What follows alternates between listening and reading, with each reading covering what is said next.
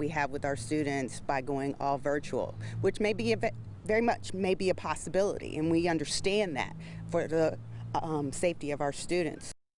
She said a possibility because the recommendations are not final. District now waiting for the state's guidance before making any decisions, and we anticipate that guidance today.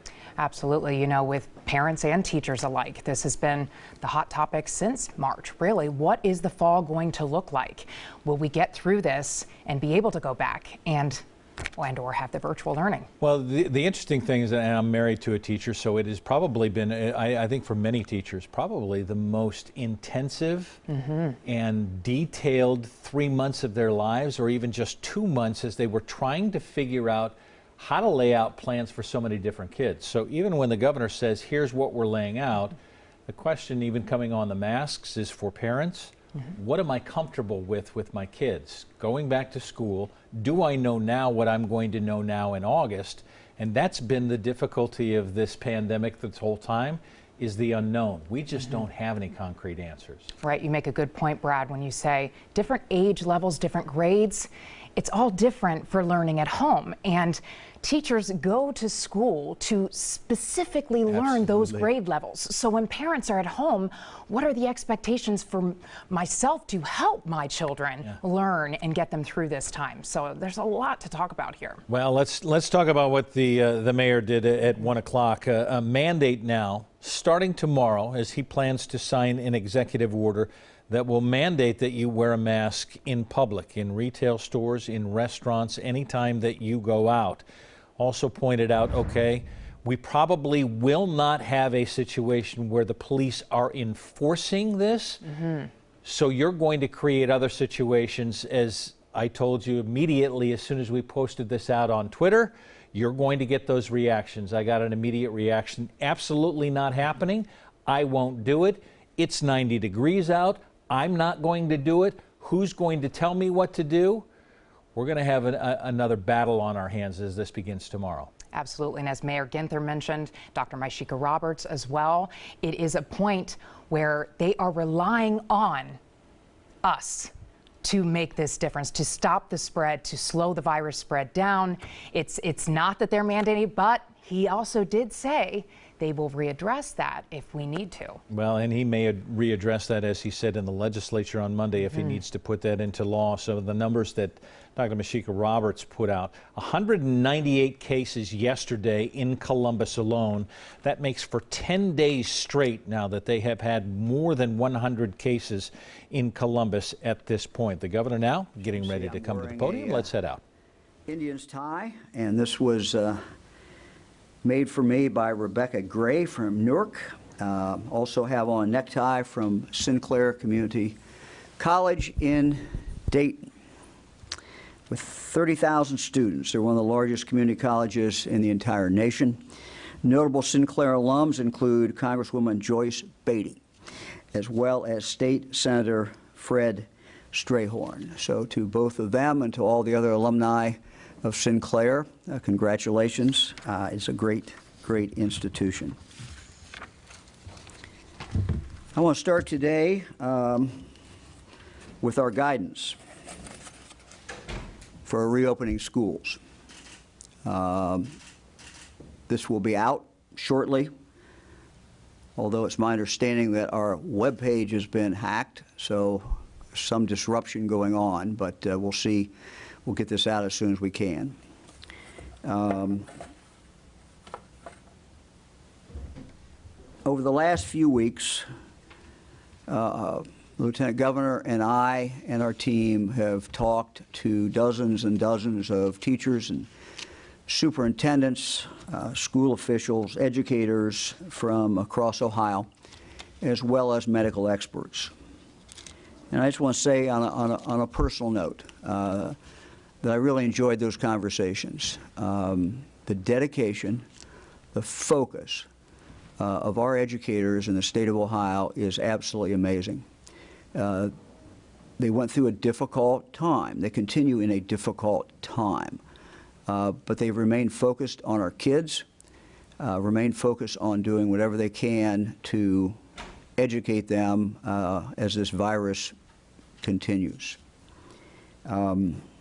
let me just say that we start with some basic principles that I think we all can agree, and they're basic principles behind what we are sending to the schools in Ohio. One is that we have an obligation, all of us, to educate our children and to keep them safe.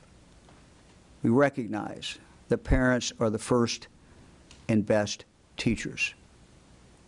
We also recognize that there is an obligation that we all have to educate every child in this state, no matter what their background, where they're from, where they live, what their individual circumstances are. Next, a basic principle: local control of our schools. Over 630 some school districts in Ohio, plus many private schools, other schools. The idea that schools are controlled by the local community, by the parents, by school boards that are elected with our public schools is ingrained, I think, in all of us. It's the system we grew up with. It's the system we've had in Ohio for many, many years. The state does have an obligation. The state does have an obligation to do everything we can to make sure no matter where that child is, no matter what school district they live in, they get a good education. So balancing local control, state interest in protecting our kids and making sure our kids get educated. I think there is a strong consensus among teachers, school principals, parents, and the public around Ohio that our kids need to get back into the school building, and that is something that is important, that no matter how hard everyone tried, and they did a good job with very little notice, to educate children outside the classroom without being in a physical building. Some kids, because of their circumstances, their inability to get the internet, whatever, did not get exactly what they should have been getting. So just some general comments. We have developed, working with educators and other health officials, we've developed a set of guidelines backed by science that each school should follow when developing their reopening plans. This approach allows schools to adjust their rules to what works best for them to create a safe environment and one that will protect students and staff from the spread of COVID-19. We know that COVID-19 is mainly spread through contact with an infected person's respiratory droplets that come from sneezing, coughing, yelling, or even talking. And because school buildings are indoor settings, with students and staff in close proximity for an extended period of time, they are prime places for the spread of COVID-19. We know that generally it is important to get kids physically back in school. While teachers and students did an outstanding job of implementing distance learning this spring, the American Academy of Pediatrics strongly recommended that students should be, quote, physically present in school as much as possible. They emphasize that there are major educational, health, and social benefits for keeping most students physically in schools.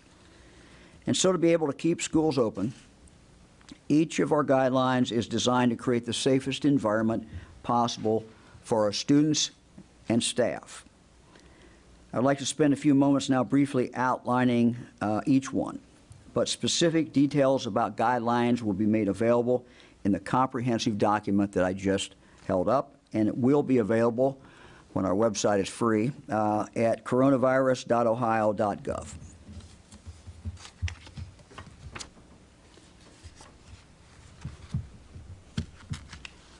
Guideline 1, vigilantly assess symptoms. Now, let me just say that these first guidelines are not going to be a great surprise to anybody. COVID-19 spreads so rapidly, it's essential that students and their caregivers, staff, and volunteers conduct daily health checks prior to going to school that include taking temperatures and assessing for symptoms. Anyone with a temperature above 100 or any COVID-19 symptoms must stay home. If there is a higher risk of COVID in a community, schools can scale up this guidance by taking temperatures of students and staff as they enter the school building, for example. School administrators must send home students and staff if they develop symptoms or a temperature at school, and they must refer them to an appropriate health care provider or a testing site. Further, they must contact their local health department if there is a case of COVID in their school. Since testing is one part of a comprehensive strategy to protect against the spread of COVID-19, schools must work with their local health departments to implement a testing strategy. Let me just say that I've been very pleased as we've talked to health directors, as we've talked to schools, that by and large, from what we can see, that close cooperation is taking place. Guideline 2, again, no surprise, wash and sanitize hands to prevent spread. According to the CDC, hand washing and other common prevention methods are some of the most effective ways to reduce the spread of infectious diseases. Therefore, schools must provide ample opportunity for students and teachers to wash their hands throughout the day. To supplement this, schools must provide hand sanitizer in high traffic areas, including entrances to the buildings, classrooms, and require its use. Guideline 3, thoroughly clean and sanitize the school environment to limit spread on shared surfaces. COVID-19 can spread by touching a contaminated surface and then touching your mouth, your nose, or your eyes. According to the CDC, using disinfectants reduces the spread of infectious diseases. And I would say that, although I'm not reading it all the way through this report, there will be places where you can click on and get these guidelines or get these sources of information the way it has been written. Number 4, practice social distancing. We know that social distancing of at least 6 feet can reduce the spread of infectious diseases. The spread is further reduced when other preventing measures are layered on. Schools should strive to maintain 6-foot social distance among students, staff, and volunteers as often as possible in all school environments, including classrooms, hallways, restrooms, cafeterias, playgrounds, drop-offs and pickups, and on school buses. Implementing this guideline will certainly make things look different in every school. And schools are just different.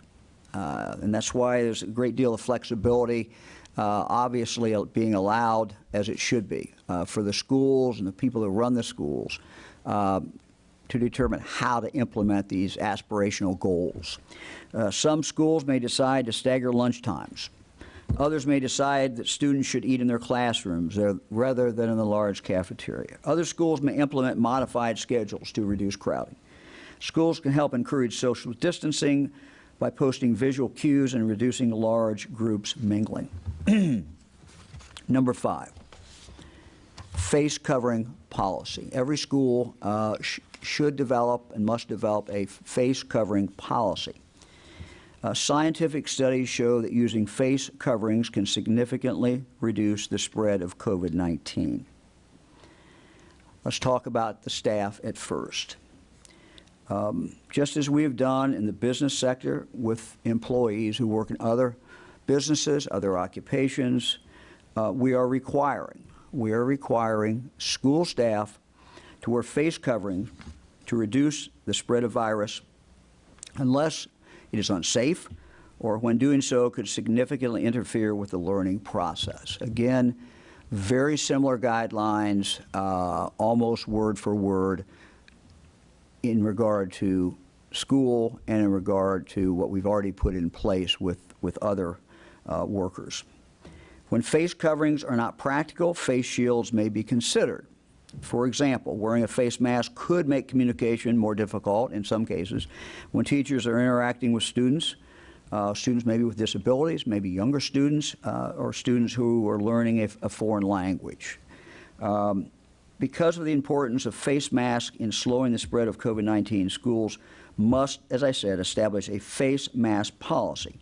In so doing, they should consider all the available science. It is the state's strong recommendation that children third grade and up should wear face masks. Now, I have tried, and I know the health department and the education department have tried to read about every piece of evidence and information and studies that we can in regard to this.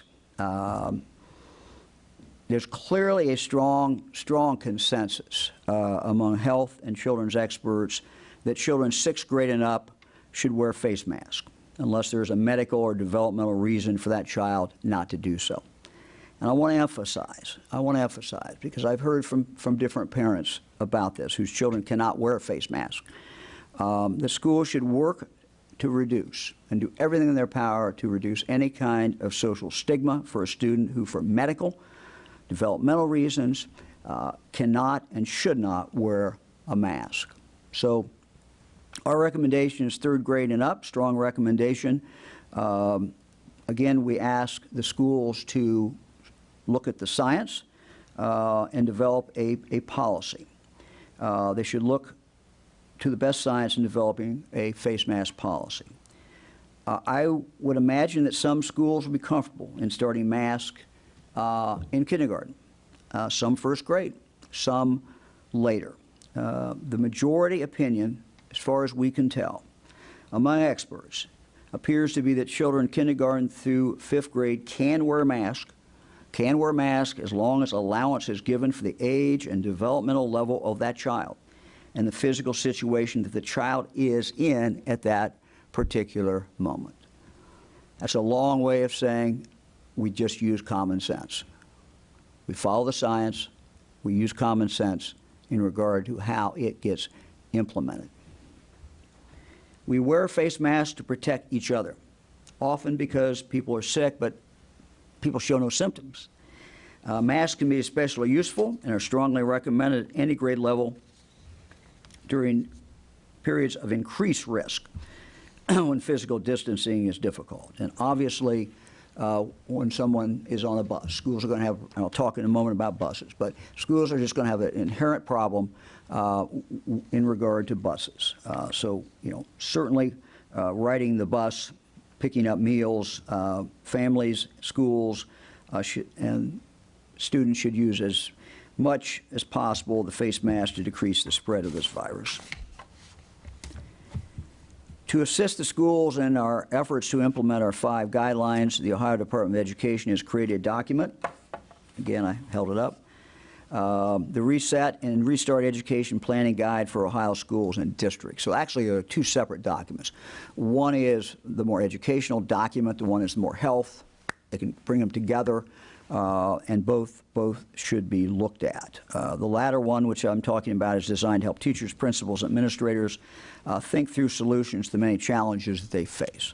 The document provides resources, information for community decision makers as they contemplate how to reopen safely. We are mindful that in order to reopen schools safely, there are many unforeseen expenses, and some that are already very much foreseen, I know, as talking to superintendents, that will now find themselves, the schools, responsible for. Buying sanitizer, making alterations. That's why I intend to work with the General Assembly, with the 4 leaders, to come up with a plan to give schools some assistance and, frankly, to take some money from the CARES Act dollars. Again, that is something we are in discussion with the members of the General Assembly. I talked to the Speaker this morning and the Senate President, Mr. Householder, Mr. Obhoff, and those conversations are going to go on with the minority leaders as well. And again, we hope within the week to announce specific money that will be going to the schools. We do not anticipate it's going to be enough necessarily to take care of all the things that are taking place and that schools are doing. But we want to make sure that schools know that this money is in fact coming. I want to specifically thank, and again, as I said, a lot of conversations that John, you and I both had, most of them separate, and John would report to me many of them that I had with superintendents all over the state. Men and women who are just doing a phenomenal job, with teachers all over the state. With some principals, with parents. And that input has been exceedingly helpful And I think it gives you, if you could have been on those calls, you would have had a great deal of confidence about what's going on in regard to education in Ohio. We face challenges, but we got a lot of great people out there who are just doing some amazing things. Specifically, I want to thank Buckeye Association of School Administrators, the Ohio Association of Public School Employees, the Ohio Education Association, the Ohio Federation of Teachers, Ohio School Board Association, Ohio Association of School Business Officials, the Alliance for High Quality Education, the Ohio Association of Career Tech Education. And again, with Career Tech, some of our most interesting conversations always occur, and we're talking to our friends in Career Tech because they're doing things that are different, and they face particular challenges in trying to do things that need to be hands-on, and sometimes, this past school year they were not able to do that. I'd like to thank the many individual superintendents, school leaders, public and private, who contributed, and parents across the state who submitted thoughts to the Ohio Department of Education. So many of that came in, and many of you sent ideas into my email or texted it to me. Our guidelines are based on the best scientific evidence and data we have. What we will point out, and one of the reasons that when you pick up this document, and you open it up, you're going to see a lot of places where you flip for additional information. This is sometimes the CDC. It may be other sources. So as data, more comes in, more information comes in. As we learn more about this virus, it is good to continue to try to keep up. And that's why we have this as really an interactive process. Today we have joining us Dr. Chris Pelletier, a general pediatrician with Pediatric Associates of Mount Carmel. He's the president-elect of the American Academy of Pediatrics Ohio chapter. Doctor, thank you very, very much for joining us. And, we relied to a great extent on your association and other professionals. And I wonder if you could just kind of give me your maybe assessment of what we all should look at and what schools should look at and parents should look at as we start back into school, and as we now are really in the very heavy process of planning, the schools are to get back going forward. Doctor, thank you for joining us.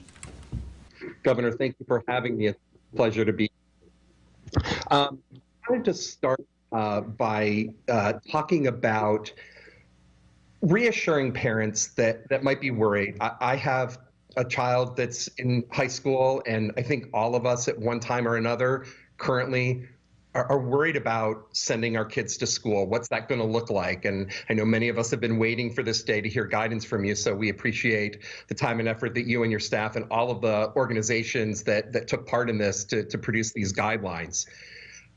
The thing I would say first and foremost to parents is that as pediatricians, we want you to know that we recognize that you're worried. We get it. We hear it all the time from you, and we know that. We, of course, want your children to be safe as well. School policies, they need to be guided by supporting the overall health and the well-being of not only children, but their families, as well as the communities that they live in. The National American Academy of Pediatrics recently published some guidelines which are very similar to the guidelines that Dr. DeWine and his staff are going to be putting out today. And the national child health experts that convened that working group and produced that document have concluded that there's more harm to not being physically located in schools than not being there, and that those risks of being in school outweigh the risks of not being there. What do I mean by that? So first off, I think, and many of you know this, that while children are 24% of the population across the country, the children only make up about 2% of COVID cases. So we do know that there's been a lot of data over the last several months that support that children do not get COVID as frequently as us adults do. And for the most part, when they get it, they may not show as many symptoms and they are not as severely ill. Now, that, of course, is not an absolute. We know that there have been many children that have had severe illness and inflammatory reactions. But by and large, children have tended to do better during this pandemic than adults. These Ohio guidelines that, again, sort of mimic the national AAP guidelines are endorsed by the Ohio chapter of the American Academy of Pediatrics, which represents almost 3,000 pediatricians here in the state of Ohio, as well as all of the children's hospital in the state. But less risk does not mean no risk. So while the guidelines that the governor is producing today mitigate risk, we can never completely eliminate all risk. But we do know that kids that are in school do more than just learn math and science. They learn social and emotional skills. They have access to healthy meals and exercise. And I think one of the most important things as a pediatrician, they get access to mental health support. We are beginning to learn that there are many mental health consequences of having social isolation during quarantine. Mental health is such a big concern during these times. I know that myself, as well as my partners and other colleagues across the state, have seen a marked increase in patients that are presenting with concerns for anxiety and depression since the quarantine. And these factors that, when severe, can lead to teen suicide attempts. We know there's some data from a group of pediatricians. It was 1,000 pediatricians across the country that all share the same electronic health record. And data from that group showed that during March and April, there was a 65% decrease in the number of depression screens that were completed in pediatric offices for adolescents. So not only were children being quarantined, they weren't being seen by their pediatricians, they weren't being seen in schools, and very well may have missed many kids that were developing depression and anxiety. Kids were also missing out on the opportunity for teachers and school aides and administrators to address concerns for physical or sexual abuse, developmental delays, and substance abuse. And as we know, these concerns have much greater impact on certain populations, like African American children, children of families in poverty, and children that have learning disabilities. So what I would tell parents is, number one, stay current on your well visits and your vaccinations. During the months of March and April, nationally, the administration rate of the measles, mumps, rubella vaccine dropped 50%. We know what it's been like to live with one pandemic. Thinking about a second disease coming back and creating problems is really scary for those of us that are pediatricians. So your pediatrician's offices are open, they're safe. We all have done various things to make them safe that we've heard about before. So make sure that you're staying current with your pediatrician and your vaccines. The Ohio State Athletic Association is continuing to require, thanks to some advocacy from some pediatricians here in the state and on our board, to continue to mandate yearly sports physical exams. So again, another reason to make sure to get into see your pediatrician. It's going to be important for you to monitor symptoms. That very first point in Governor DeWine's packet is vigilantly assess for symptoms. So checking temperatures before you send your child to school, making sure that they don't have the symptoms of COVID, like cough, fever, headache, body aches, and don't send them to school if they're not going to be well that day. Work with your children, especially younger children, on hand washing and wearing masks. If you haven't taken your children out lately because of concerns of COVID, have them practice wearing a mask at school, especially those younger children or those children that may have some tactile or sensory issues. And most importantly, I would encourage families to be flexible and communicate with your children, your teachers, and your school administrators. This is a moving target, as we've seen in the last few weeks. What's reasonable right now and what's working now may not be the same come October, especially when we start to see cases of influenza. And I would like to add that I'm sure that there are going to be parents that this document, these guidelines are not going to please everybody, and that's okay. But I would remind you that you help to determine your children's outlook. If you're frustrated, share that in private. Don't share your frustration with your kids. Set them up for success by teaching them to make the best of it, stay positive, and help teach them resilience and perseverance. If you have questions or concerns, call your pediatrician's office. You also can go to the Ohio AAP website, which is ohioaap.org. Well, Doctor, thank you. That's all great advice. And again, I won't try to summarize it, but I guess one of the things you say is go see your pediatrician. We've heard from other doctors that adults, a lot of people in the state and across the country have been delaying seeing a doctor, delaying procedures that should be done. So the delayed care now, I guess your message is now is the time to get caught up. So I agree. I would also thank you for mentioning the mental health issue. I would speak directly to our school administrators. My commitment to you is we will continue in our budgets in years ahead to fully fund the wellness dollars that we put in there. And although I cannot speak to the General Assembly, I never do that, I would note that it had broad bipartisan support. So I think as you plan ahead in this year and look to the next year and you make hiring decisions, that these wellness dollars will be there. And I think obviously one of the ways that these wellness dollars can be spent, or one of the reasons things they can be spent on, has to do with mental health counseling and other things in regard to mental health. Doctor, thank you very much. We appreciate you being with us and kind of putting a face to what your society has recommended. I think if you look at our when you see our booklet that we put out, you know, the American Academy of Pediatrics is quoted in there, so we appreciate that guidance very much. Thanks for everything you're doing, Governor. Have a great day. Thank you. Well, let me now turn to kind of Chapter 2 for today. Related, but a different area.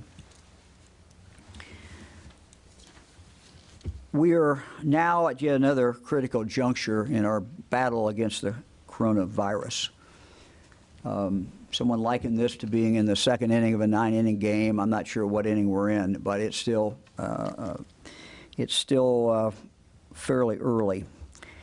What we're seeing, of course, as you can see in headlines across the state and on the news, on TV and radio, that the virus once again is spreading with a vengeance across many parts of the country and across parts of Ohio. In this next phase of the pandemic, saving lives, protecting our fellow Ohioans remains top priority. We cannot move backward. Ohioans have come too far in this fight to cede ground now to this virus. Our best defense moving forward is to be on the offense. This means that this next phase is not about hunkering down, but about learning to live with the virus. And so I'm calling this phase, and we'll continue to call it, how we live with this virus. We have to be smart about it. We have to be careful about it. We have to understand that it's important for health reasons and important for all kinds of reasons that our economy move forward and that we not go back in regard to our economy either. Doing both, keeping the economy moving and keeping safe, these are consistent, and one is certainly dependent upon the other. Learning to live and learning to function and to keep an economy open and moving, all the while taking active measures to slow the spread of this very infectious, deadly disease until we have a vaccine or other effective treatments that are widely available to all Ohioans. These are our goals. I will talk, and have talked in the past, about the testing, which is a very essential part to this. Going forward, we will maintain vital, necessary baseline orders. So the orders that we had issued are about to run out. Those baseline orders for all Ohioans as far as distancing, as far as businesses. You heard me reference a few minutes ago about employees in a school district basically having the same as other people in industry and in retail. Those all continue. So those are baseline orders. But we have also developed a new warning system. And we're going to unveil this warning system today. We're calling it Public Health Advisory Alert System. Public Health Advisory Alert System. This will provide local health departments. It will provide community leaders. It will provide me. It will provide state leaders, members of the legislature, data and information that will enable us to then layer additional enhanced safety measures to combat flare-ups as they occur in different parts of the state. One of the messages that I have heard from members of the General Assembly and members of the public is that we should start looking at the state, different counties, differently. And so what we have come up with, we're announcing today, is a way to do that. It's based upon that we have a premise that we have some things in common. We all need to wash our hands. We all need to keep social distance. We all need to wear a mask when we're out in public, a recommendation, a strong recommendation. When we're working, we need to follow that guideline to wear a mask. But that as we start to look at the state beyond that, we look at what's happening in each county. Now, we know that the number of COVID-19 cases is rising dramatically. We've seen them climb over the last 3 weeks. 412 on June 17th. June 24th, that number had risen 632. Yesterday, on July 1, over 1,076. This is a worrisome and concerning trend. And we're going to continue to watch these numbers. Our COVID-19 experts say that there's likely community spread in every Ohio county. In fact, there are only a few counties in the state that have not reported cases in the past 2 weeks. However, that does not necessarily mean that they don't have any cases at all, because as we know, the number of people who are not yet showing symptoms or may show only mild symptoms that doesn't show up on a test or don't get tested is significant. Local health departments are mapping the virus transmission. They've reported to the Ohio Department of Health information about how COVID-19 is spreading. And this is anecdotal, and we're going to continue to drill down and get you better information about how it is spreading. But this is a summary of what we're seeing and talking to local health departments and then of course they're relying on what they tell us based upon what their tracers are telling them when they talk to individuals who have been infected. And these are just some of the ways it is spreading. It's spreading at large family gatherings, such as birthday parties, graduation celebrations, funerals, other large gatherings, such as protests where people are gathering. Shouting also present a particular risk. And the virus is spreading in some cases at the workplace, although, again, most employers are doing a phenomenal job, but in some workplaces it is spreading. It's spreading in bars and restaurants. It's spreading at tourist destinations, Put-in Bay, for example. It's spreading because people who are showing symptoms are not staying home when they should. It's spreading because people aren't social distancing and they're not wearing masks. Many of these cases, as we know, involve younger Ohioans in their 20s and 30s, and this is a national trend. People are letting their guard down, and all the great actions Ohioans have taken to this point are in danger, frankly, of being reversed.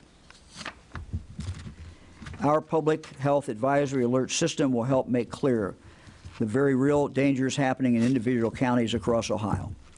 This is a color-coded system built on a data-driven framework to assess the degree of the virus's spread and to inform, to engage, and to empower individuals, businesses, communities, local governments, and others in the appropriate response and action. Again, our belief is more information is better. The system consists of 4 levels that provide Ohioans with guidance as to the severity of the problem in the counties in which they live. The levels are determined by 7 data indicators that identify the risk level for each county and a corresponding color code to represent that risk level. First, though, we must remember that there is a baseline risk to everyone in every county and community every single day. Then you add to that baseline an ever-present risk. Add on top of that all the data that we look at each day. The more data indicators that are present in a county, the higher the risk level.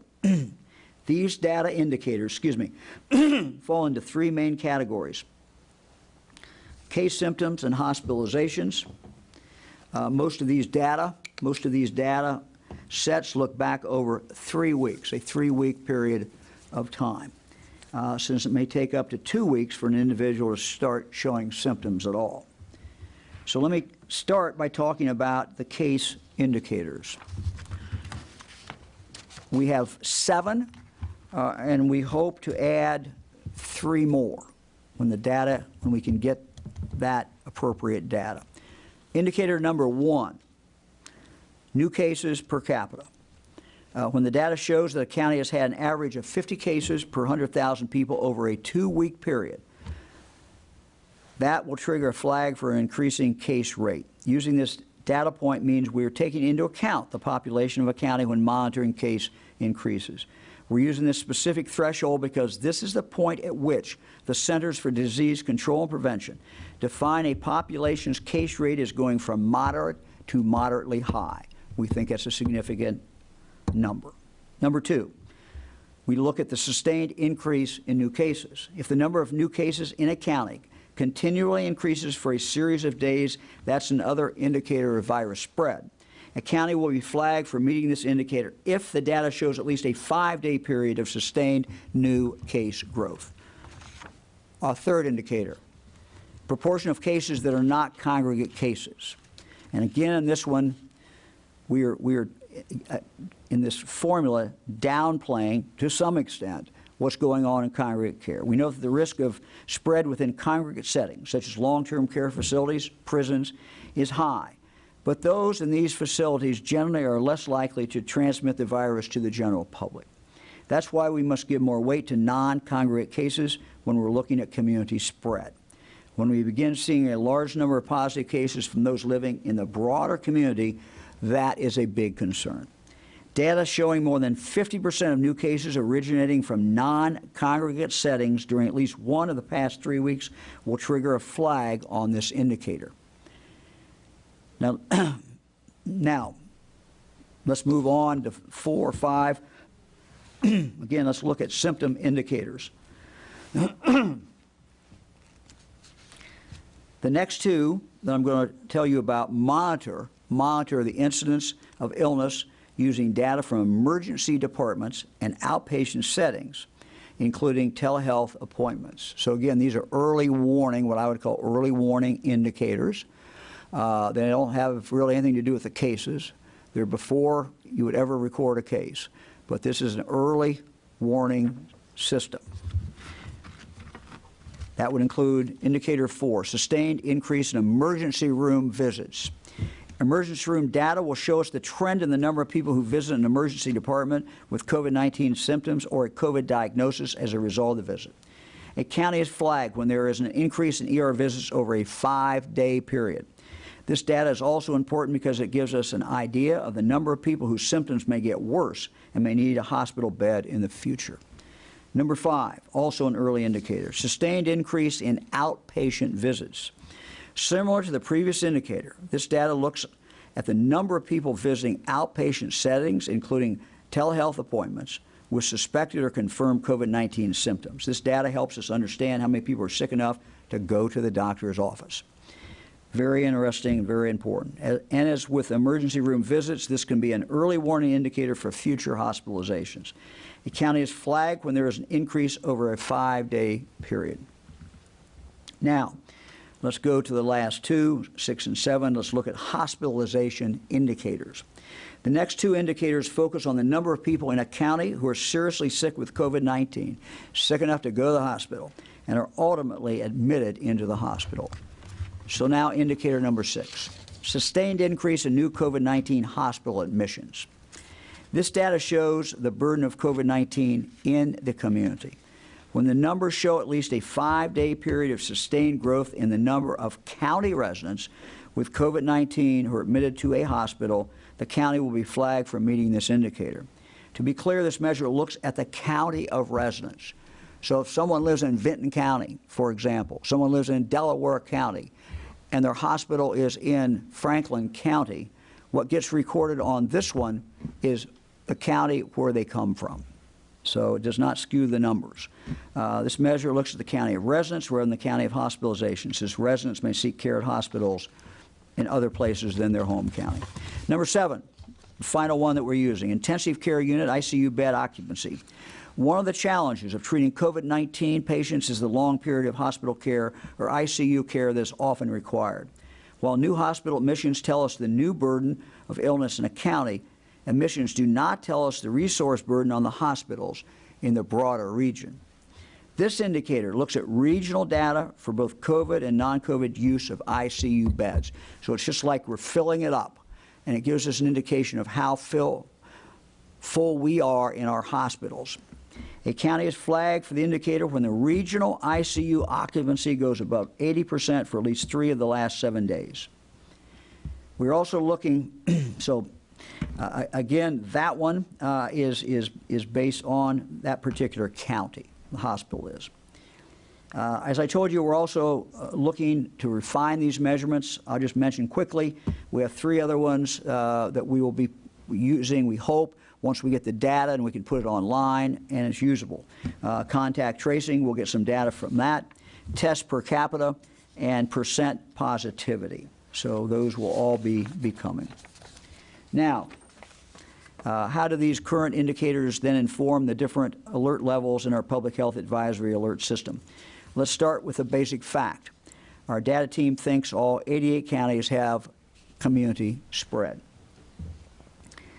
Let's start with the first alert level, the lowest. An alert level 1, we identify this on the map as yellow. This will be level 1. Identified as yellow, a county has triggered 0 or 1 of the indicators, 0 or 1 of the indicators, and there is active exposure and spread. Today we have 53 counties at alert level number 1. So the yellow counties that you see there are the counties that are today at alert level number 1. And let me just say that it is our intention, unless there's something strange going on, to do this once a week. We look forward to doing this on Wednesday and would probably announce those at our news conference on Thursday. But that work would be done on the Wednesday. We wanted to get in the middle of the week. For some reason, data on weekends just doesn't give you the trend lines, and you need to see it more towards the middle of the week.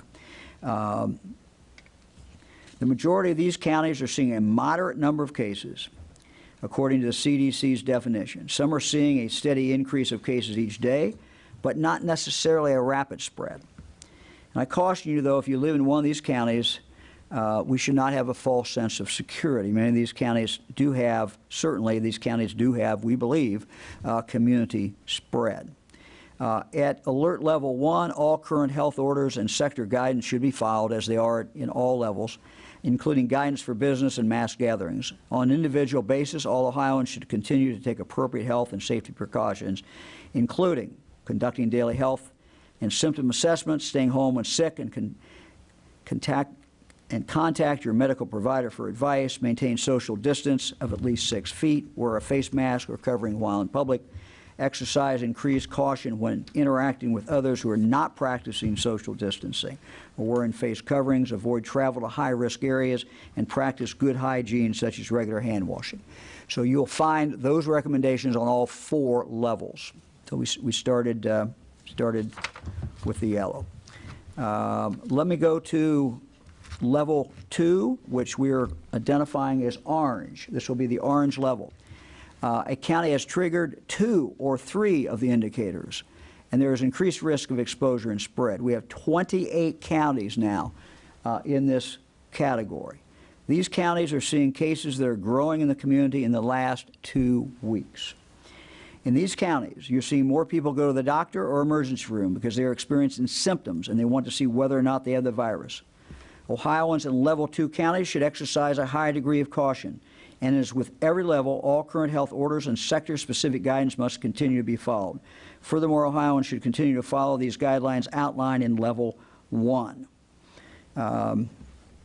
As well as avoid contact with anyone considered high risk, decrease your in-person interactions in general, and seek medical care as necessary, but limit or avoid unnecessary trips to visit people in a hospital or a nursing home or residential care. Just try to limit those. And so those are the counties, as you see, that are at the orange, what we're calling the orange level on there. Let's move now to level 3, identified as red. This is red on the map. A county has triggered 4 or 5 of the 7 indicators, and there's a very high exposure and spread. There are currently 7 Ohio counties at level 3. In these counties, risk is very high. Ohioans should limit activities as much as possible. Wear a mask when you go out, for sure. Consider online options, perhaps even for church services. Many cases of community spread are present in these counties. There are typically multiple outbreaks at any given time in different settings, such as workplaces, social settings, long-term care facilities. COVID hospitalizations for both ICU and non-ICU stays are trending up in some of these counties. Again, all current health orders and sector-specific guidance must continue to be followed. At this level, all Ohioans should continue to follow those guidelines outlined in levels 1 and 2, as well as consider necessary travel only. Only necessary travel out of your house, and limit attending gatherings of any kind. Let me go to the level that's not on here. Thank heavens. An alert level 4 we identify as purple. A county has triggered 6 to 7 of the indicators, and there is severe exposure and spread. All current health orders and sector-specific guidance must continue to be followed. Ohioans living in counties at this level should continue to follow those guidelines outlined in levels 1, 2, and 3, as well as stay home as much as possible and only travel if necessary. We have no counties at the purple level. But I want to point out, and you will, Eric, if you could put that back up there, you will see, and we'll get to it in a minute, but Franklin County. Franklin County is now on the watch list. Franklin County is on the watch list with a grave concern that it could be moving from red to purple. Let me go through the red counties. Trumbull County, and this what the data team is doing for me, what they're doing, and we'll hope to provide for every county so it can be used by local officials. And again, we welcome and we'll be reaching out to local officials, the health people in those counties, to find out specific things that may not show on the data, or that they can help interpret the data that we are seeing. That is a process. In addition to multiple outbreaks, I'm back to Trumbull now. In addition to multiple outbreaks in congregate settings, Trumbull County also currently has an outbreak in a health care facility. Trumbull County has now met 4 of the 7 indicators we're using to assess the risk for the spread of COVID-19. Indicator 1, new cases per capita. Indicator 3, proportion of cases that are not congregate cases. Indicator 4, sustained increase in emergency room visits. And 5, sustained increase in outpatient visits. They have 4 of the 7. Average new cases per capita in Trumbull County have doubled, and the average number of ER visits has tripled. Huron County, by far our smallest county, up on the red. We're seeing a spike in Huron County primarily because of agricultural workers. Workplace outbreaks, several outbreaks at farming operations. It's important to remember that workplace outbreaks are not just isolated to those settings, but certainly are indicators of community spread. Huron County is meeting indicators 1 through 5 in the following ways: new cases per capita, sustained increase in new cases, proportion of cases that are not congregate cases, sustained increase in emergency room visits, sustained increase in outpatient visits. So they have 5 of those qualifiers. For new cases per 100,000, Huron County has reported 130 cases during the last 14 days, which sends them past the CDC's moderately high threshold and are now in the high incident category. Their average number of cases per day are up, more than doubling in recent weeks. ER visits are up, and outpatient visits are also up. Let me move now to Southwest Ohio and Montgomery County. Like Huron County, Montgomery County is also in the CDC's high incident category. More than 80% of the cases are linked to community spread. More than 80% of the cases are linked to community spread, not congregate settings, signaling significant transmission in the broader community. Community outbreaks have been tied back to settings such as workplaces, a child care center, a faith-based organization. Montgomery County meets indicators 1 through 5, which again are new cases per capita, sustained increase in new cases, proportion of cases that are not congregate cases, sustained increase in emergency room visits, and sustained increase in outpatient visits. Here we've seen average daily visits to the ER more than double. Outpatient visits have more than quadrupled.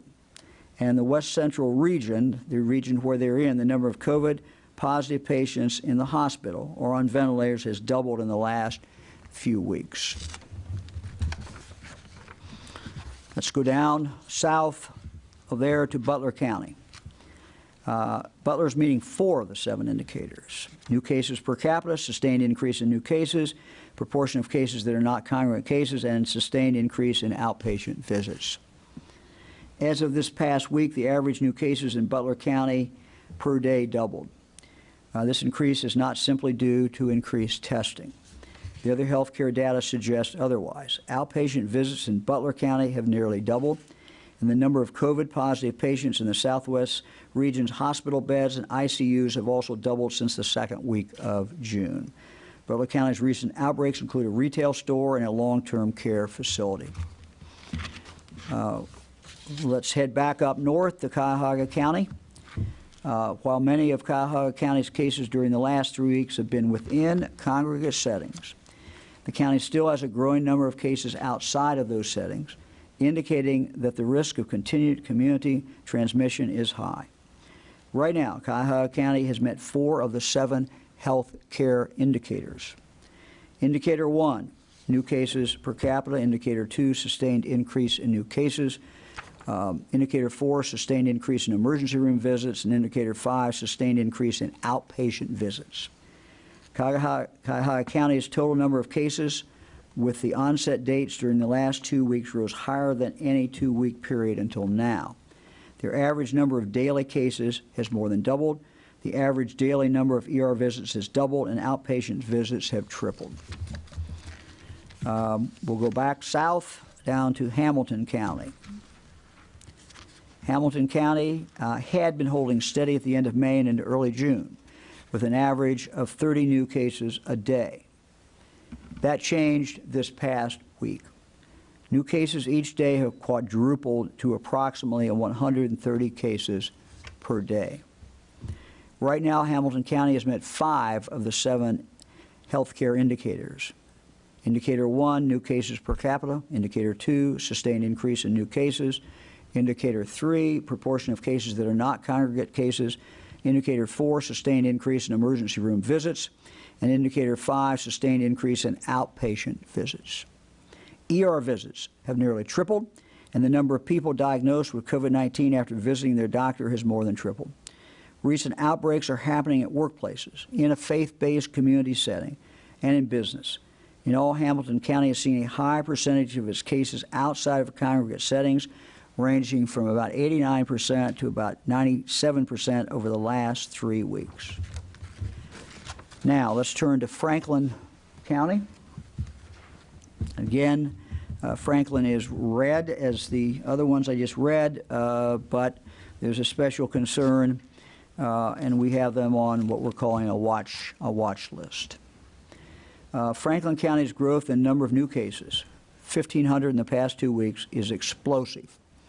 It's explosive, with much of the growth occurring in the last 7 days.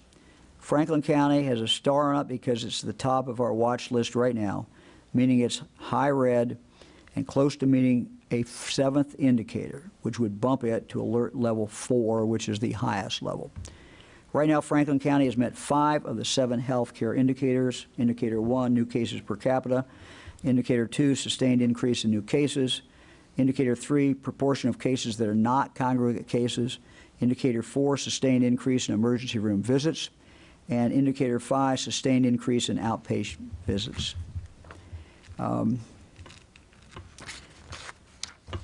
We did not mention, as you'll recall, the other day, I talked about several counties and did not talk about Franklin County. These numbers are just emerging very, very, very quickly. Franklin County has gone from 81 new cases a day to 124 a day in the last 2 weeks. Cases per 100,000 residents over the last 2 weeks is 123.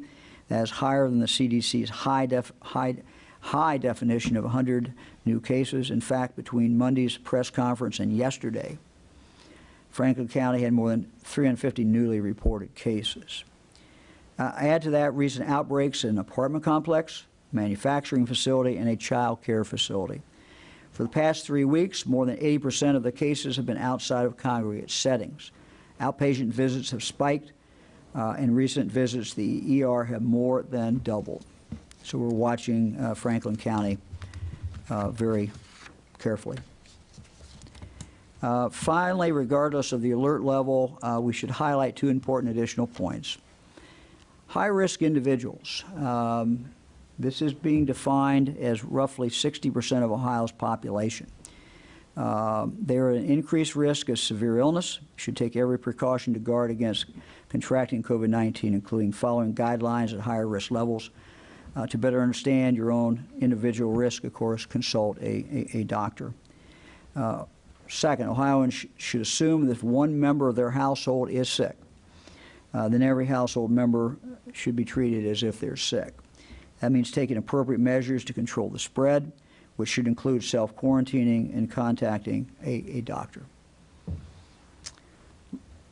Let me talk for a moment about restaurants and bars as we're seeing increases in case numbers. And before I start, let me just say that the vast majority of restaurants and bars and other businesses in Ohio are doing a very good job. They're run by conscientious people who are doing the best job that they can. And it doesn't mean that even if they get COVID in their facility or if it's traced to the facility, does not mean that they were not doing a good job. So I think that needs to be said before anything else is said. Talking on the phone, I talk on the phone to people who run restaurants and bars. I talked to my friend Bill Hemmert yesterday, who run Elsa's. You know, they run a very, very good operation there, but trouble can occur at any place. Let me talk a little bit about restaurants and bars. Since May, when restaurants and bars reopened, the Ohio Department of Commerce's Division of Liquor Control has been working with local jurisdictions to extend liquor permits to outside spaces next to bars. And the purpose of bringing this up is the more we learn, we know that outside is better than inside. In fact, outside is a lot better than inside. And everything you continue to read and everybody I continue to consult explains that. And so anytime that we can get bars to expand out, get people outside, get people spread apart, it is a very, very positive thing. And so that's what I'm talking about right now. When restaurants and bars reopen again, the Ohio Department of Commerce Division of Liquor Control has been working with local jurisdictions to extend liquor permits to outside spaces next to bars, like parking lots, sidewalks, so that seating capacity can expand outside in order to keep patrons socially distanced. We encourage owners to continue to work with us, with the state, and with their local governments to come up with creative ways to expand their outdoor seating capacity so that everyone can stay safe and be socially distanced, and that means being seated. So far, over 300 expansion requests have been granted to allow patrons more opportunities to enjoy dinner or drinks while enjoying themselves in a safe environment. I ask our restaurant owners, bar owners, to continue to insist on social distancing when people come in and other efforts to control the spread. I have seen many of the pictures that are circulating, and they certainly are very disturbing. I would simply say that, again, the vast majority of bar owners are doing a good job, but we have some that are not. And we will be cracking down on those individuals. So that will be taking place. To state the obvious, one of the requirements that our working group that was made up of bar owners, health people, restaurant owners, one of the recommendations they came back with was that in a bar, people must be seated. They cannot be seated close together. You take a family group, whatever, but they have to be seated. Where we see the horror stories is where people in bars are bunched up together, and that just does not, that simply does not work. Let me turn it over to the Lieutenant Governor. John. Thank you very much, Governor. I have 4 items today. First of all, a technology update. Governor, I can happily report that the tech team has reassured us that while they're having technical issues, they weren't hacked. So they're working through these. They did want to let us know, though, that the case reporting system, that they're still having trouble with it. They're going to update that information for you out there as soon as they can, but they're just working through those technical issues. They hopefully will have them resolved soon, as they've reassured me that they are on top of it. A couple of items regarding schools that I think are worth emphasizing. Governor mentioned how much great conversation we had with local educators. And I think that the fact that so many people are out there talking about wanting to go back to school really emphasizes the value that schools have in our communities and the great things that educators do for the children of this state. But the educational landscape is diverse. We certainly learned that. We have many rural schools, many suburban schools, urban schools, private, public. They all have unique settings and unique challenges when it comes to creating a safe and educationally vibrant environment as students return to school this fall. And the school leaders ask for flexibility. That was one of the things that they ask for when they make decisions about transportation and physical spacing and educational programming, mindful of the unique resources and the changing environment that we saw happens in our communities from time to time with the spread of COVID. And you know, this is consistent with what the American Academy of Pediatrics said. They said basically that strong, as Governor mentioned, strongly advocating that all policy considerations for the coming school year should start with the goal of having students physically present. And the guidance says schools are fundamental to child and adolescent development and well-being. And that's what, in the end, education is about, what our education system is about. And living with COVID-19 in our lives is going to be a reality throughout the entire school year in the absence of a vaccine. And schools are that essential part of human development. And for the vast majority of students, the consequences for not attending school this year are far greater than the long-term health and well-being risk posed by attendance. And I can say this because one of the things that I live with every day is I have school-age children. And Tina and I welcome the return of school. We are going to have our children return to public school this year. I know that they're excited about it. And Governor, I will tell you that Kylie is very excited about it. She asks me almost every day, is the governor going to let me go back to school this year? And I answered her yes this morning. So she was excited about that. And we do want to have a successful return to school, and the guidelines in that plan will help schools design the program that will work best for them. I want to thank the team that worked on the schools, and also thank the team that worked on the localized system that we have, that the governor announced. We talked about this for a long time, but we weren't able to do it before because we didn't have the testing. We didn't have the data and the tracing that allows us to have the knowledge about where the spread is actually occurring. And now that we have this localized system, I'm excited about the information that can be exchanged locally, the conversations that can go on in those local communities about what to do to control the spread in their communities. And, localized information is always much more impactful in our lives, because I know that when we think about just our country, if you hear news that's happening in Washington, may be relevant to you, but it's often the nation's capital, may not affect your daily lives. If you hear about what's happening at the state capitol in Columbus, also important, a little closer to home, a little more impactful in your life, but it still, for many people, can seem distant.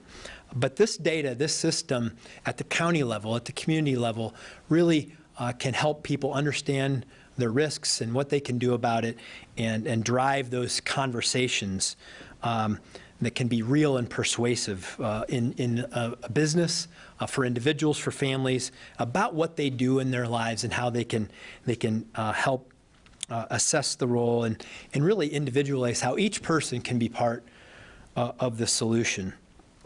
Because that's so important. Each one of us is part of the solution by what we do in our lives. We have very few things we can do, and we know more about them every single day. And as we approach Independence Day in a COVID world, it just makes me think that freedom and responsibility are even more special companions this year than ever before, as we look to control the coronavirus and exercise our freedoms in this great nation. And then finally, one data point that I want to talk about today. We've had a lot of questions about who's recovered. Who's recovered from the coronavirus? Can you tell us those numbers? And we've really worked hard on our data team on refining, clarifying, and sharing the coronavirus data as we learn more about the virus. And today we'll be announcing that new data point, which will be included in the coronavirus data metrics that's shared on the website. Many have asked about that recovered number. While we can't know specifically, because if you go get a test, you find out you have coronavirus, you self-quarantine, you may never interact with a public health official or a hospital. And for many people, thankfully, that's the case. And so we can't verify every case to know if that data, but what we can do is come up with a presumed recovered number. And I want to tell you how we're going to come to that number so that you understand it. We're going to take the number of cases, the overall number of cases, minus deaths, which unfortunately we have too many of those, and then cases based on onset data the last 21 days, and that will be our number that's presumed recovered. And today the number you will see is 38,987. Now, you can't just add those numbers up on the website and come to that, because there are always people that unfortunately appear in two categories: those who have the case, who have developed coronavirus within the last 21 days, and also fall into the death statistic, unfortunately. So I know that people have asked for that number. We worked with the data team, we worked with the health team to come up with something that we believe is an accurate number based on those sets of factors, and we will include that number on the data profile on the coronavirus website. I know, trying to be responsive to those who've asked for that number. So, Governor? We're ready for questions.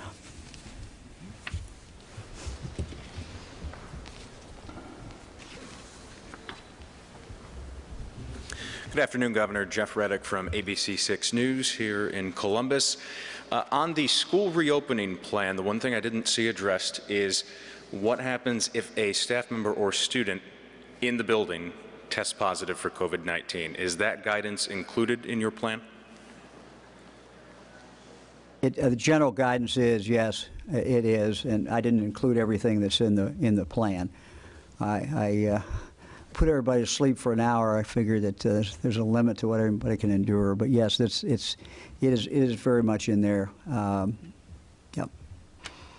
It's in there. You know, every school has to develop some testing protocol, and I didn't mention this before, but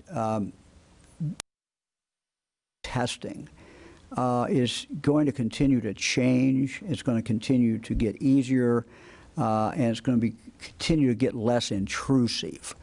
So I think when schools are planning, they should understand that that's going to happen, and so there needs to be some school plan in regard to testing. That doesn't mean schools are going to test everybody. I don't mean that, but based upon good medical evidence when testing should be done. Of course, they must work very, very closely with the local health department. That's who they should seek guidance from.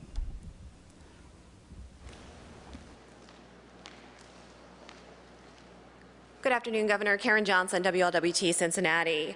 You said 6-foot distance must be maintained as much as possible in the schools. Why 6 feet when the American Pediatric Association says 3 feet? School districts I'm hearing from are saying 3 feet is doable, 6 feet nearly impossible when putting kids back to school 5 days a week.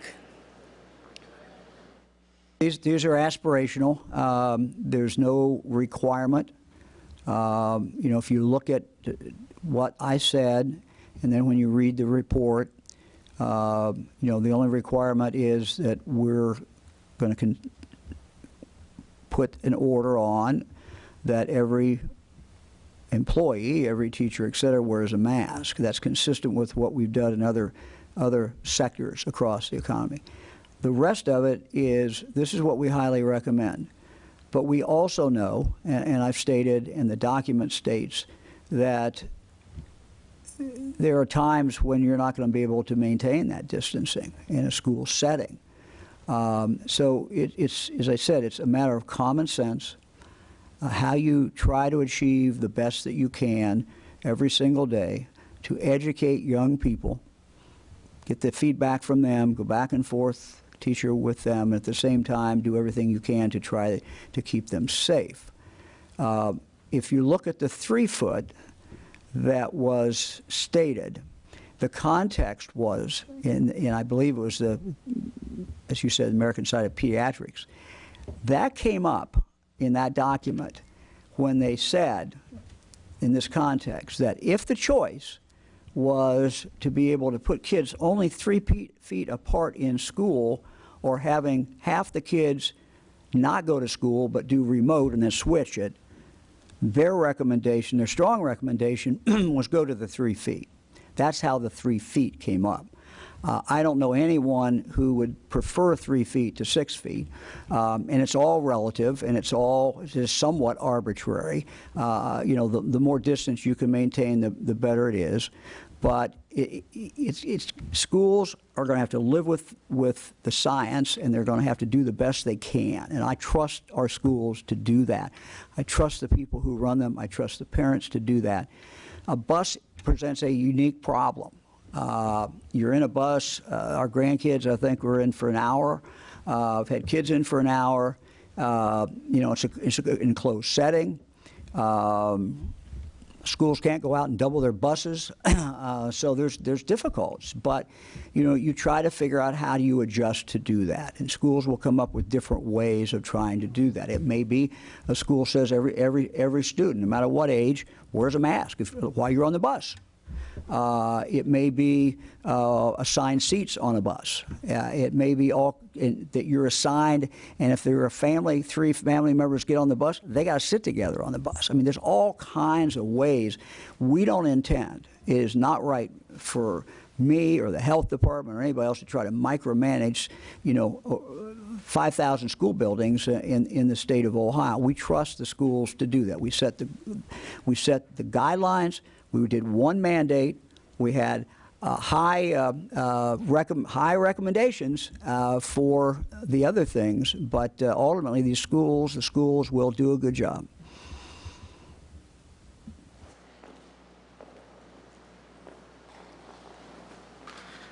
Good afternoon, Governor. Josh Roltenberg with Spectrum News. On Monday, we had asked if there was a certain number of cases in which you would take executive action to stop the spread. We're just wondering, is this new color-coded system exactly that? And what are you going to do if a county reaches purple?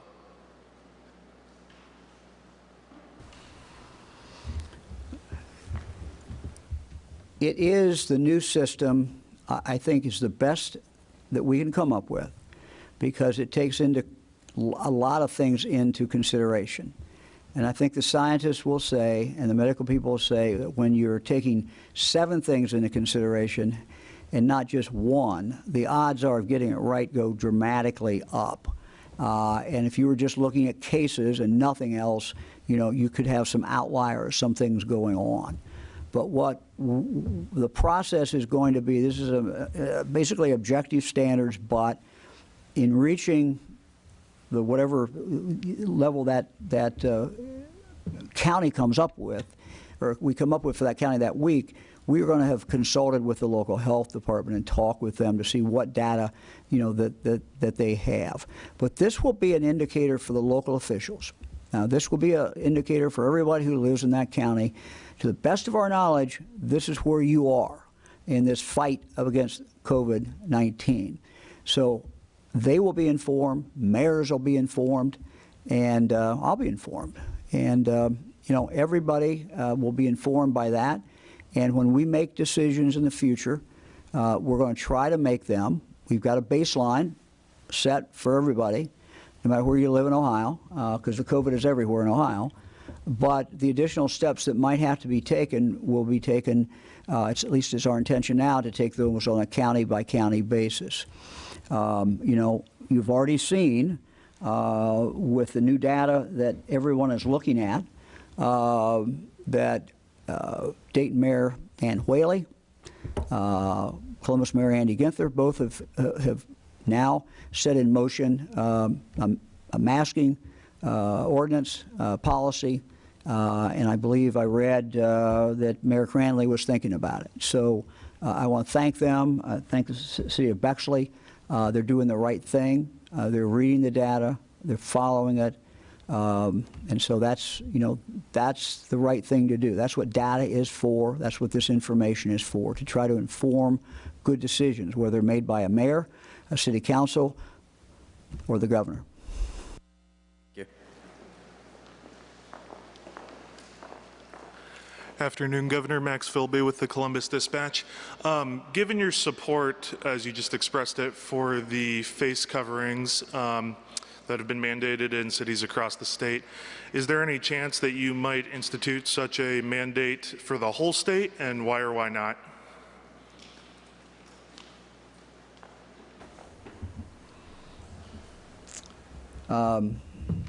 That's not our intent. Our intent is to, again, try to treat counties based on every county. We know there's COVID. Every county, it's in the best interest of people to keep a distance. It's in the best interest of people to wear a face mask out in public. All the other things that we have put in place for businesses should apply statewide. But with new data, new information, if it's necessary to go further and take actions, we will be able to pinpoint those and to take appropriate action. This is something that, quite candidly, that many members of the General Assembly have talked to me about in the past and requested that we be able to pinpoint if there is a problem. Many citizens have also said that to me. We now have the ability to do it, and as long as we will continue the underlying rules, but pinpointing what we have to do to try to deal with a specific problem is what we'll do. And look, it's not just Mike DeWine announcing some order or the mayor announcing some order. What this data does and what this color does is it informs us of where we have a problem or where we have a big problem. So, we have been surging in, for example, as you know, into Dayton. We've been surging into Hamilton County, Montgomery County, help in regard to more testing.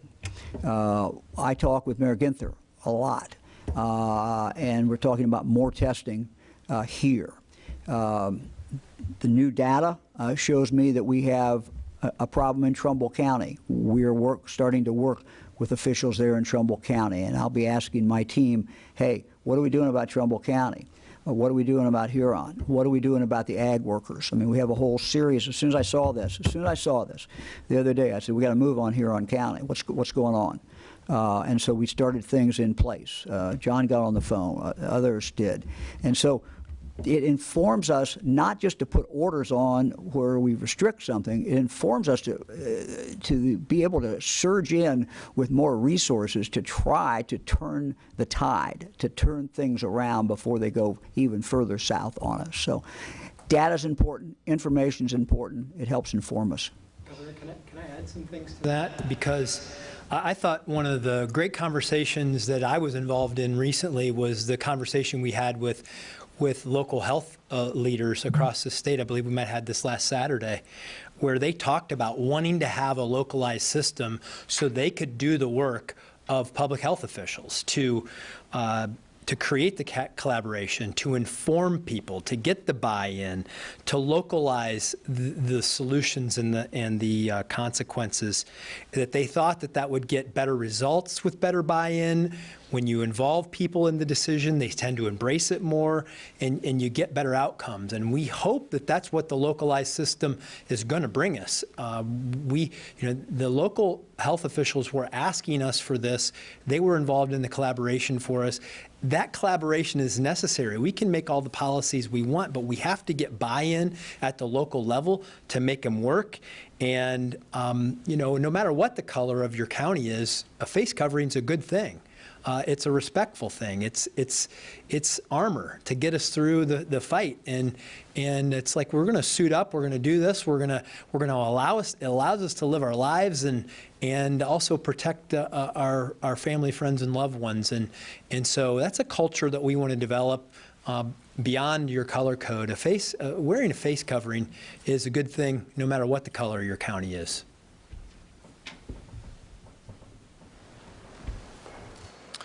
Kevin Landers, WBNS 10 TV. Governor, you've watched these cases climb in the state, but there doesn't seem to be the buy-in that you had hoped for, and I'm wondering how frustrated you are about that. And when it comes to mandatory face masks or reducing occupancy in bars or reducing hours at bars, you haven't addressed that, and I'm wondering if you've thought about that, if you think that's an option. Thank you. Thank you. It's a very good question. My experience with Ohioans, 73 years worth of experience, is that we are a people that are practical. We work hard. We look at the facts, and we make our decisions based upon that. Now, I think what you saw us unveil today with the new map gives us an opportunity to continue that discussion with the people of Ohio based upon facts. And I think when Ohioans see what is happening, we're going to control our future. Ohioans control what's going to happen. Are we going to look like Florida? Are we going to look like Texas? Or are we going to look like Ohio has looked like over the past few months up until the last few weeks when we just turned this thing down? Turned it down. We did it. So we can do that again. So I have faith in the people of the state of Ohio. But you got to give them the information. We're giving them the information today. We're giving local elected officials, people who represent people at the local level, the data that they need. And so, look, if you're a red county today, you got to be looking at that and saying, okay, what else can we do? And for these health departments, it's not a surprise. They've seen their numbers. They know what's going on. But it might be a surprise for people in the community to know, okay, well, we're red.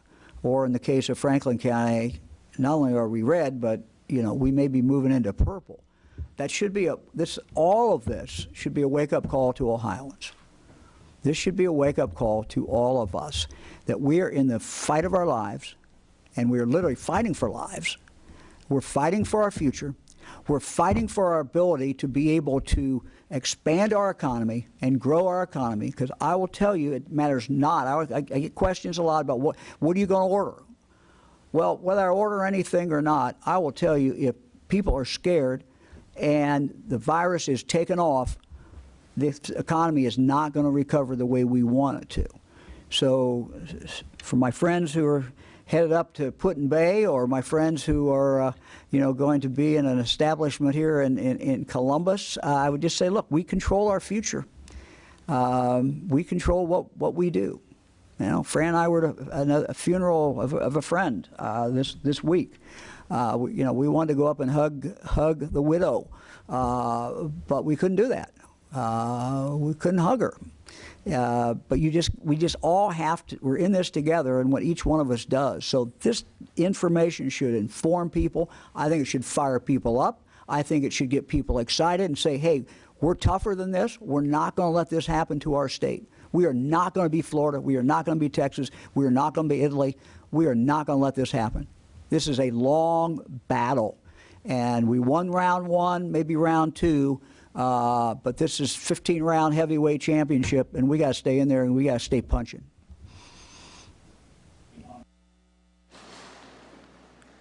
Hi, this is Jessie Baumert with the Inquirer.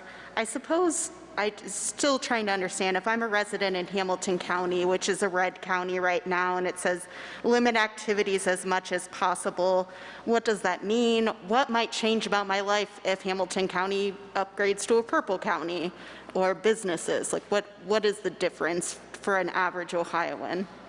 We've laid that out, and you'll be able to pull that, anybody will be able to pull that down online. But I will summarize it basically is that when you get to red, and you're only one of a handful of counties in the whole state that are red, that tells you there's a problem. It tells you this monster is running loose in your county, and it's looking for victims. It is looking for victims. So you just need to be very careful. It's there. The presence is there, and it's moving fast. And so there's two things we can do to cut it off. We test more, and we hit 20,000 tests 2 days ago. I haven't looked at what the current numbers are, but 20,000. It wasn't too long ago we were at 8,000. So, and we need to frankly double that again. And we're going to do everything we can to do that. And that's more on me, it's more on the mayor, it's more on the county commissioners, it's more on the health department. We have to make those tests available. Then people have to go get those tests. That's on everybody. The other thing that we can do is to be careful. And, what we're finding is, we shouldn't think that this is all caused by 20-somethings who are going to bars. Yeah, that's a problem, but it's not the whole problem. It's people being careless. It is people, doing things that they want to do that are natural to do when they could have done the same thing and been a little more careful. You go out and a number of members of your family are together. It's summer. We can be outside. Be outside. Wear a mask. And it's just what we do in our lives. And I think Ohioans are, the more information they get, the more appropriate action that they can take. I mean, everybody should social distance no matter where they are in the state. Everyone should wear a mask when they're out. But you got to be extra careful. If your county's red, that should be a real wake-up call that there's something going on, and it's not good.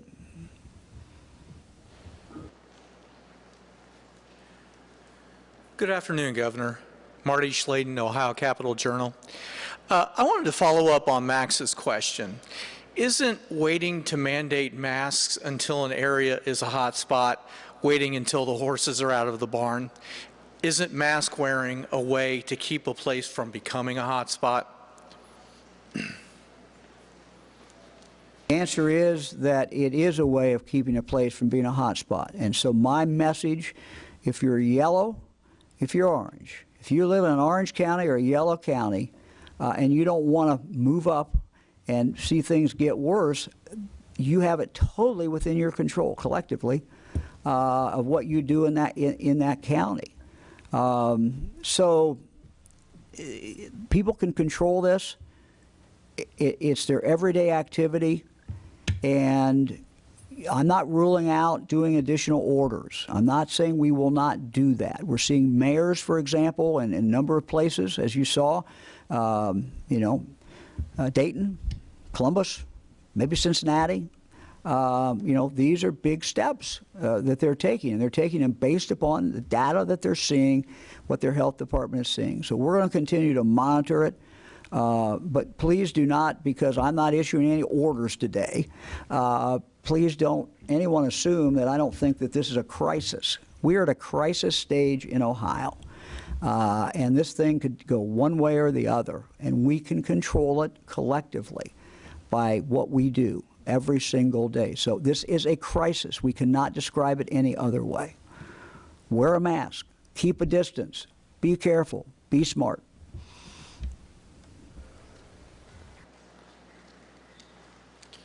Hi, Governor. Jim Oddie from WHIO-TV. To be clear here, to add some clarity to it, you were saying that from this point forward, it is your expectation that those local communities, I'm talking about the mayors, potentially county commissioners, do they have the legal authority to do this? I know it's been tested in other states, but it's their responsibility and not yours to issue whether it's a mask or face covering order or something else.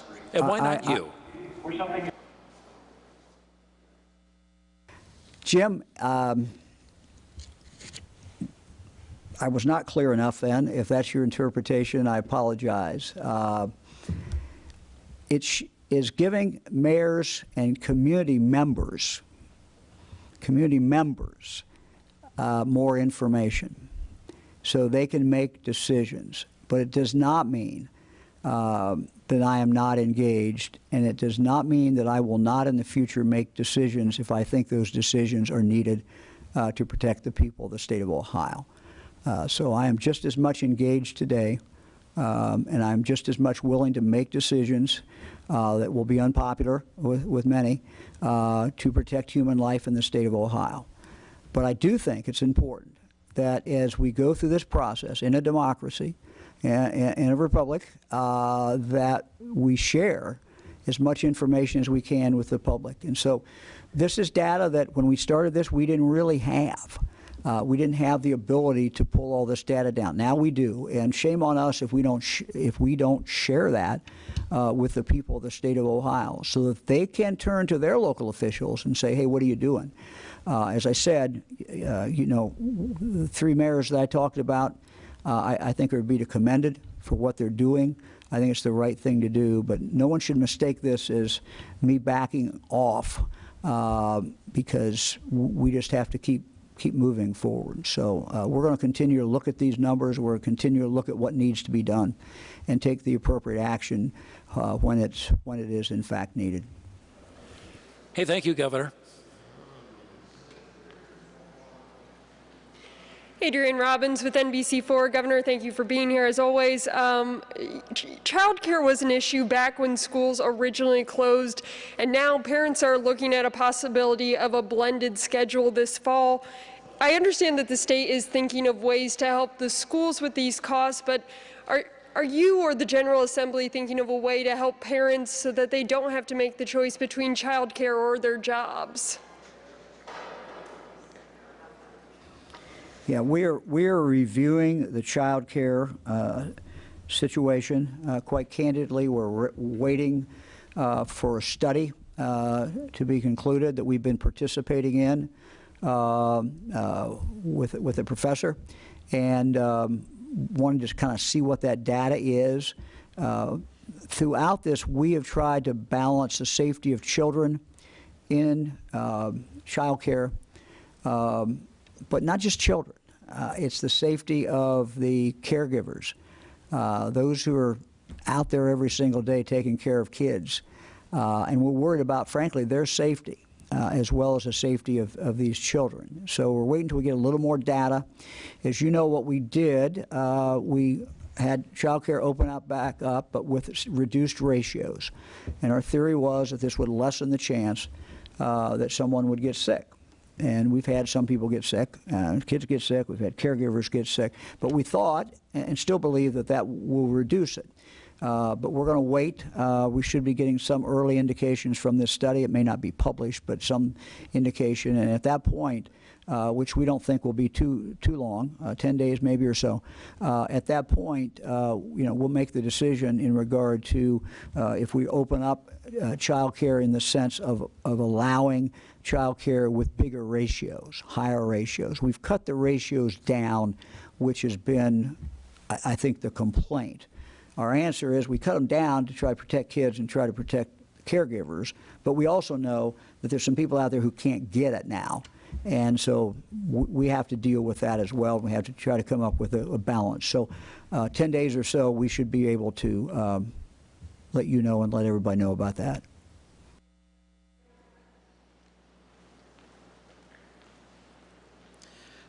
Jack Windsor, WMFD TV in Mansfield. Governor, my question is for you. It's going to be... Hey, Jack, hold on a minute. So I just want to say that the viewers cannot see your flag. Is that, looks like the Ohio pennant there? Looks good? It is. Yes, sir. All right. It looks good. I didn't want anybody at TV, they're missing seeing that. So I wanted to congratulate you and say happy 4th of July to everybody, of course. So go ahead, Jack. I'm sorry Happy Independence Day to you, sir. Thank you. My question's going to be very lengthy, so I hope you'll be patient because I think what I'm going to ask will deserve that context, sir. In April, I asked you and Dr. Acton about antibody testing. At that time, tests in California, Florida, and New York showed that 5% to 15% of Ohioans could have already had COVID prior to lockdowns and all other measures that we've taken. Dr. Acton estimated out of the gate that 100,000 of us were infected, and that another time 15% of us were. Dr. Acton announced that we would be conducting our own statewide antibody testing study and that we should have had results by the end of May. Last week, the CDC announced a national antibody testing result of 6% on average in each state. In the case of Ohio, that would mean at least 700,000 people have antibodies, again, prior to shutting down schools and businesses. Despite this, we never saw a mass surge in hospitalization that threatened to overwhelm our capacity before lockdown started. Based on Dr. Acton's early projections, the early antibody testing, and the recent national antibody studies, when you combine that with 22 major countries in Europe and elsewhere that sent kids back to school in May and reported 0 spikes in transmission from kids to adults, it seems that all scientific indicators show us that while we may see periodic spikes in sickness and even some deaths, that there simply is no justification for any ongoing government interference in normal school and business activities. There's more negative impact to kids through hybrid schedules, or in the case of Columbus City schools, the recommendation that high school aged learning be online. Governor, the public wants to know, how can we justify an ongoing declaration of a health emergency based on small upticks in sickness or hospitalization that's not close to threatening our hospital capacity? Secondly, could you update us on the results of the antibody study? And does it make sense to say that 700,000 Ohioans, minus those who passed away prior to March, should be considered recovered as well? Well, Jack, thank you. I've asked the Lieutenant Governor to look into this whole area, but let me just start by saying a couple things. Kids should go back to school. That's the whole thrust of what we said today. And you pointed out some of the dangers, and the pediatricians have pointed out some of the dangers of having kids not in school. And so we certainly agree that kids need to go back to school. We're going to continue to monitor the hospital numbers. I don't think that even you and I would disagree with what the hospital numbers are, because these are come from each hospital where they tell you basically how many beds they have in ICU left and how many beds they have, general beds they have. And so we're going to continue to monitor that. We are certainly seeing an uptick in central Ohio, which means the Columbus, basically, the Columbus hospitals, at least for the people who are more sick. Many of them will end up in the Columbus hospital. So we're going to continue to monitor those. We're seeing certainly an uptick there. John? Yeah, thanks, Governor. And Jack, let's hope that our immunity is broader than what the statistics would indicate that it is right now. But we have tried to have that fine line between, look, here's the best way to protect us, let's get businesses open, let's people go back to school, and do it in a way that offers as few mandates as possible, but the best recommendations on how we can actively keep ourselves from spreading the coronavirus, which could lead to some of those restrictions needing to be considered for the future. But on the prevalence study test, we had some changes at the Department of Health. The medical director, we have a new medical director.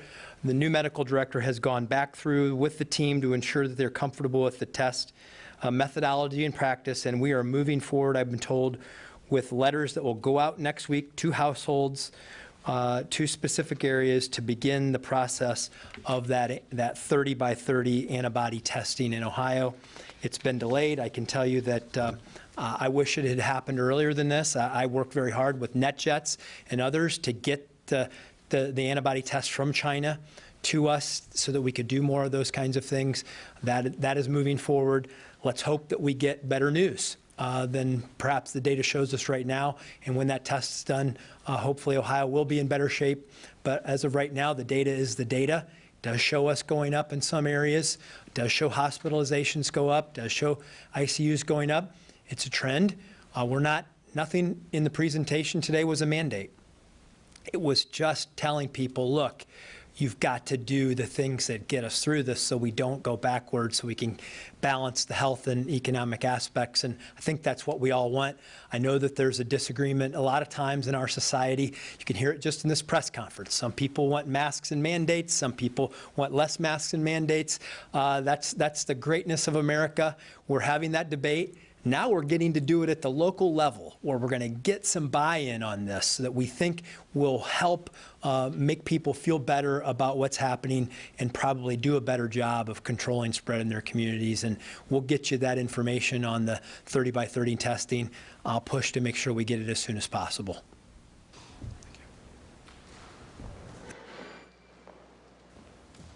Governor Tom Gallick with Gongwer News Service. As we see more states such as Pennsylvania enacting a statewide mask mandate, how will the results we see out of those states influence your decision on a potential statewide mandate going forward? Well, as you know, we've certainly looked at that statewide mandate, and I felt that, at least at that time, large number of Ohioans would not accept being told to wear a mask. We are doing absolutely everything we can, and I'm sure that people who hear me talk get sick of me talking about the mask, but we're doing everything we can. We have, as we announced the other day, we have a very significant TV campaign on health professionals talking directly to the people of the state of Ohio about what the importance of wearing a mask, the importance of washing your hands, the importance of keeping the distance. My belief is that healthcare workers are a lot more credible than politicians, and so that's why you see some of the health professionals on TV doing it, and not me. These are people who are credible. And almost virtually to a person, they will tell you and tell the people of the state of Ohio the importance of doing those things. So we're looking at other programs. For example, in Cincinnati, Mayor Cranley today is working with some of the business community, and the county commissioners are working with some of the business community. Procter & Gamble supplying masks. To have a kind of a grassroots effort in Cincinnati to get people to wear masks, to make them available outside of restaurants, outside of places. This is what we really need throughout the state of Ohio, is this grassroots effort from people who are trying to slow this virus down, and by people who fully understand that we cannot move this economy forward unless we slow this virus down. So in regard to Pennsylvania, I'm looking to see what any other state is doing, how anything is actually working. But our efforts have been really intensified in the last week in regard to getting our fellow Ohioans to wear these masks. It's already mandated inside business. When you walk into a store, that business, the men and women who work there are wearing a mask for you, and all of us when we go in, I think, should wear a mask for those individuals. It is, it's not an ideological issue. It's not a question of freedom. In fact, what the mask does, whether it's an Indians or Reds or 4th of July mask, whatever it is, it gives us more freedom. It gives us the ability to go around, and it's just the right thing to do. So we're not letting up. We're increasing, and it's important. Ohioans, we control this. We control our destiny. Some history to that, because we at the end of April, beginning of May, we looked at this, and just want to recall some of the things we heard at that time. You know, we heard it from retailers and businesses about customers, you know, don't force us to implement your mandate. How are you going to police this? Who's going to enforce it? We heard that, and we had even situations in other states where employees who tried to enforce it, there was violence involved and things like that. And remember, there are legitimate reasons that some people can't wear a mask. We heard from parents of autistic children. We heard from people who had health issues, respiratory issues, who couldn't wear a mask. It's very difficult to know who's out, who's in, who has an excuse, who doesn't. But as Dr. Acton always used to say when she was here, you know, if we get this 80% right, it's like Swiss cheese. We do this, we do that. It all adds up, and that's what we're collectively. That's what collectively we can do. If most people do this, and it's becoming more socially acceptable, more people are moving to this, and I feel a sense of that people are doing the right things, that masks are, you know, everybody recognizes how important they are. And we are building that capacity, and businesses are stepping up, communities are stepping up. I know that the mayor of Dayton and the city of Dayton work with the Dayton Chamber of Commerce to try to make sure that their ordinance made sense, so about who enforces it, how do you get it right. Those are good conversations to have with this localized system to make sure that they're practical and enforceable, and that people feel good about how it's happening. So I think that you're going to see a bigger embrace from business and the public and the local communities in the manner in which this is progressing, because you get localized solutions to localized problems, that people have a buy-in, and that masks are going to be more widely adopted as people see the increases going forward. Good afternoon, Noah Blundo with Hannah News Service. Governor, I'm wondering what your interpretation is of the local public health jurisdiction on state property and state facilities. If Mayor Ginther institutes a mask mandate, does that mean people in the Rife Center or in the State House should be following those orders? And likewise in other jurisdictions across the state where there might be state property, state facilities? Well, I would certainly hope, first of all, anyone that works for me will follow them. I'm not going to try to play lawyer up here, and because I have not done the research on that, but I certainly hope that everyone will follow those orders. They are not unreasonable orders. They're very, very, very reasonable. And my understanding is that it applies when someone walks in a building, and they should follow that. You know, most our orders, for example, in regard to employees, if you're in the office by yourself, you can take your mask off, of course. So somebody working in the Wright building or something, I assume has the ability to take their mask off if they're in their office by themselves. So a lot of this is common sense. I want to congratulate the mayor and all the mayors for doing this. I think it makes eminent sense to do it.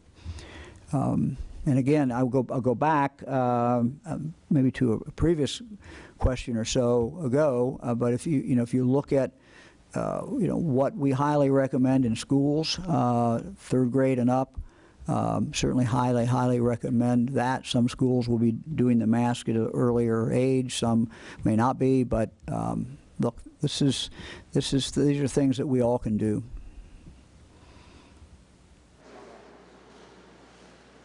Hi, Governor. Andy Chow with Ohio Public Radio and Television Statehouse News Bureau. I'm wondering if you could talk a little bit more about the counties that border the counties that are red. Should people be concerned if they're bordering the counties that are red? And how does that data maybe go back and forth between. To ask Eric to put the map up. I'm sorry, didn't mean to interrupt you. Go ahead. Yeah, how does that data go back and forth? Maybe like is it possible that somebody is actually living in Warren County but then went to Hamilton County, was diagnosed in Hamilton County, things like that?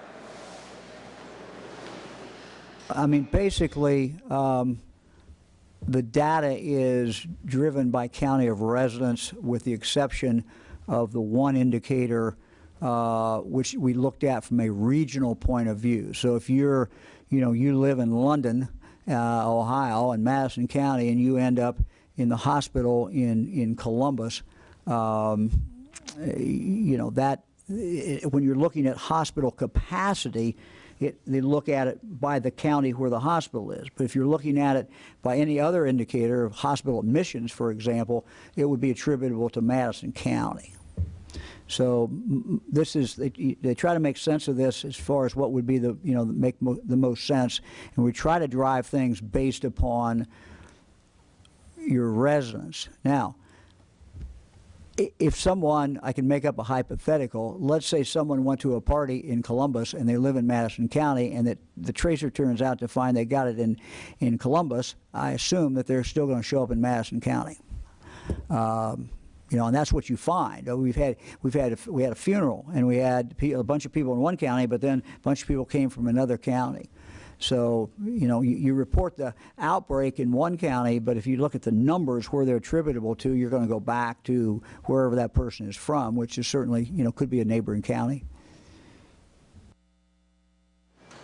Answers are not, Andy, but thank you. Hi, Governor. It's Andrew Welsh-Huggins with the Associated Press, and I am today's last question. I just wondered if you could say or talk a little bit more about how much money you think might be available for school districts to help with their reopening. And I'm also just wondering, hindsight being 2020, would it have been better not to cut schools in the initial set of budget cuts, anticipating this need now? What we're trying to do is, look, no one wanted to cut the schools. Certainly, I didn't want to cut the schools. We cut them 3.7%. We wanted to do that early because we wanted schools to be able to have basically a flat funding from then on. And so, our goal is to keep that funding at that new level until we get enough revenue in that we can raise them. But it's trying to bring some continuity to the schools. But I started looking around. I said, look, this is going to cost, these things that schools are all going to do to try to put kids back in a classroom. It's not cheap. They're going to have hand sanitizer, and that's probably the least of their costs. They got other costs involved. And so we need to try to take some of the CARES money that the federal government sent to try to give them some of that money. So I've learned, I would love to give you a figure. I have a figure in mind, but until I really talk with the leadership of the legislature, it probably would not be good for me to give that number. It will not be enough to do everything that needs to be done, but it will be significant enough money that I think people will cash the check anyway. Thank you very much. Happy 4th of July. Happy Independence Day to everyone. I hope you have a great time with your family, and everybody enjoy the celebration of our absolutely wonderful country. I've seen some of the things on TV, some of the celebrations that are going to occur, and people with stars, and we're going to see fireworks and a lot of things where people can stay safe, but really have the opportunity to enjoy it. And I know some of the communities are having very, very safe fireworks. You can sit in your car and do things like that. So have a good time, and we'll look forward to talking with you all next week. Thank you very much. Governor Mike DeWine closing up a 2-hour press conference this afternoon. We thank you for staying with us. Coverage continues right now on NBC4's First at 4.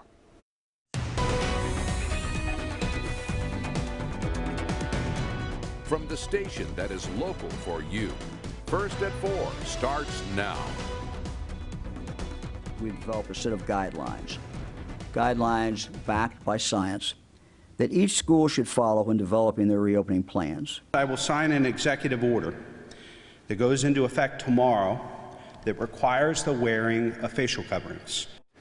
Two major announcements from top leaders in Ohio today. Good afternoon. Thank you for being with us. First at 4, I'm Brad Johansson. And I'm Audrey House, and Darlene Hill has the day off. We'll have more on the order requiring facial coverings in the city of Columbus signed by Mayor Ginther in just a moment. But first, Governor Mike DeWine laying out how he believes